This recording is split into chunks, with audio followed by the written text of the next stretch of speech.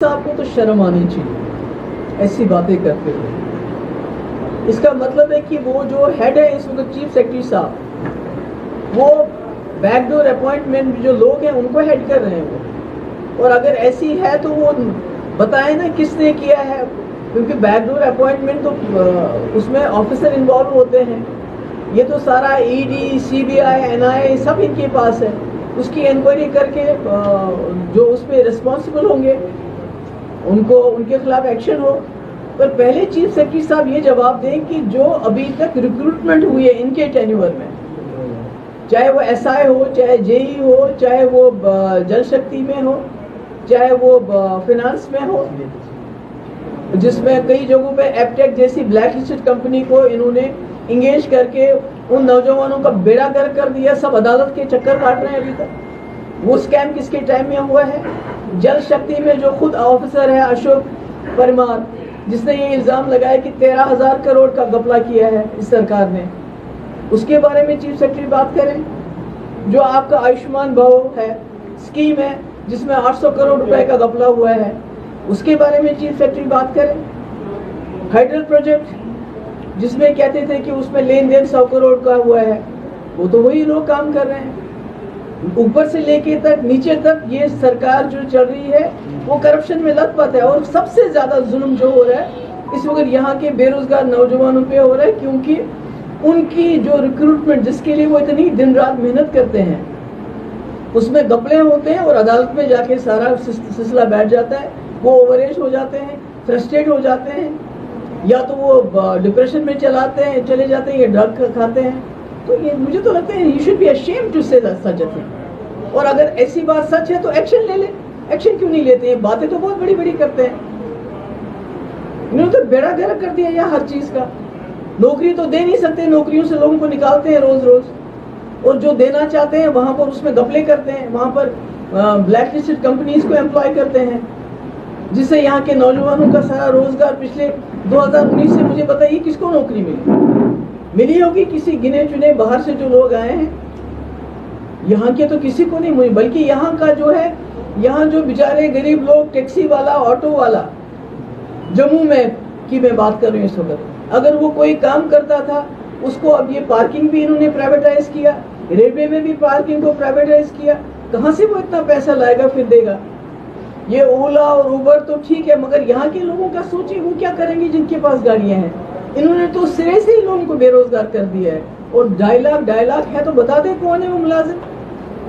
उन्हीं के जरिए इस वक्त पूरे जम्मू कश्मीर को चला रहे हैं ना, उन्हीं मुलाजिमों के जरिए जो 2.5 लाख है। टोटल तो 3 लाख से 4 लाख मुलाजिम है, उसमें 2.5 लाख माइनस कर लीजिए।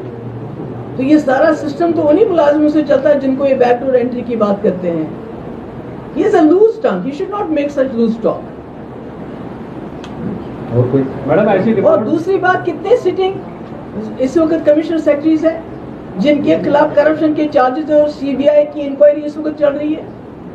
बताइए कितने सारे लोग हैं इससे? क्या कर रहे हैं चीफ सेक्रेटरी साहब? What is he doing? अगर आपके चीफ सेक्रेटरी, जो आपके सेक्रेटरी हैं, कमिश्नर सेक्रेटरी हैं, जो सारा काम काज चलाते हैं, अगर उनके खिलाफ खुद करप्शन के चार्जेस और सीबीआई की इंक्वायरी चल रही है, तो ये चीफ सेक्रेटरी किस चीज के हैं कि उन्हीं अफसरों के ऊपर चीफ सेक्रेटरी बने हुए हैं? या एनीथिंग एल्स? मैडम ऐसी रिपोर्ट्स हैं कि पहले ये कह रहे थे कि प्रॉपर्टी टैक्स लगा दिया जाएगा, लेकिन अब ये कहा जा रहा है कि जब गवर्नमेंट कहेगी 30 सितंबर का ऑर्डर है, इसमें ये कहा जाता है कि अभी प्रॉपर्टी टैक्स फिलहाल नहीं लगाया जाएगा। आप क्या कहना चाहते हैं? Property tax, what do you want me to, what are you asking me? क्या आपको लगता है ये भी खबरें हैं आने वाले चुनाव है, क्या चुनाव की वजह से आपको लगता है कि रेफर किया गया है? आप किस तरह से देखते हैं अगर प्रॉपर्टी? देखिए, इन्होंने पूरे जम्मू कश्मीर लद्दाख की कमर तोड़ दी है। बिलखुसूस अगर हम जम्मू की बात करें, यहाँ पर टोल टैक्स, स्मार्ट मीटर और अब प्रॉपर्टी टैक्स, ये सब मिल मिला के यहाँ पहले दरबार मुंह बंद कर दिया।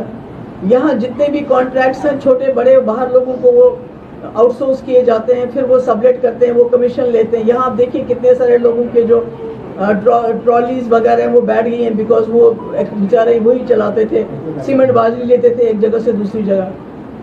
तो इन्होंने तो यहाँ के लोगों की ऑलरेडी कमर तोड़ दी है।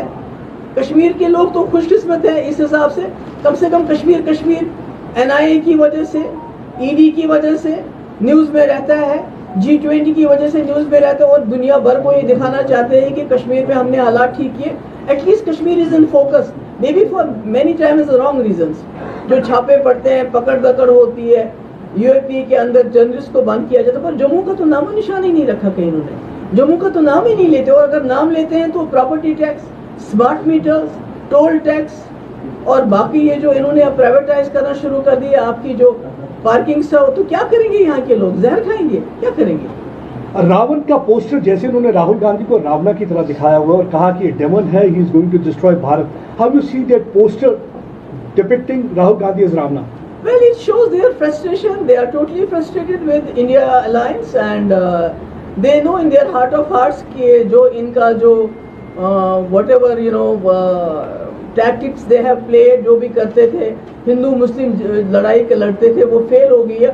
And just imagine for a second, एक सेकंड के लिए इमेजिन कर लीजिए, अगर इस पोस्टर पे किसी BJP के सुप्रीम लीडर की फोटो होती तो अभी तक वो बंदा